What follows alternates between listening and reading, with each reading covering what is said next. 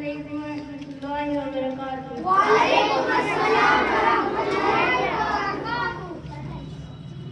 First of all, I would like to say thanks to my recorded sir and all of you who have given me a golden opportunity to come to stage and say something before you for Hizab, dear students and audience. I hope you all are very fine and good. May Allah subhanahu wa ta'ala grant Jannah and protect us from Satan. So, Bismillahirrahmanirrahim. Allah says in Holy Quran, women in your homes and do not display your beauty as it used to be displayed in the days of earlier ignorance. Their audience, the hijab in Islam is very high and very important.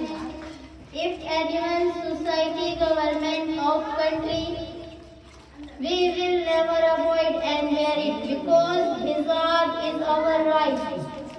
Hijab is our pride. Hijab is our crown.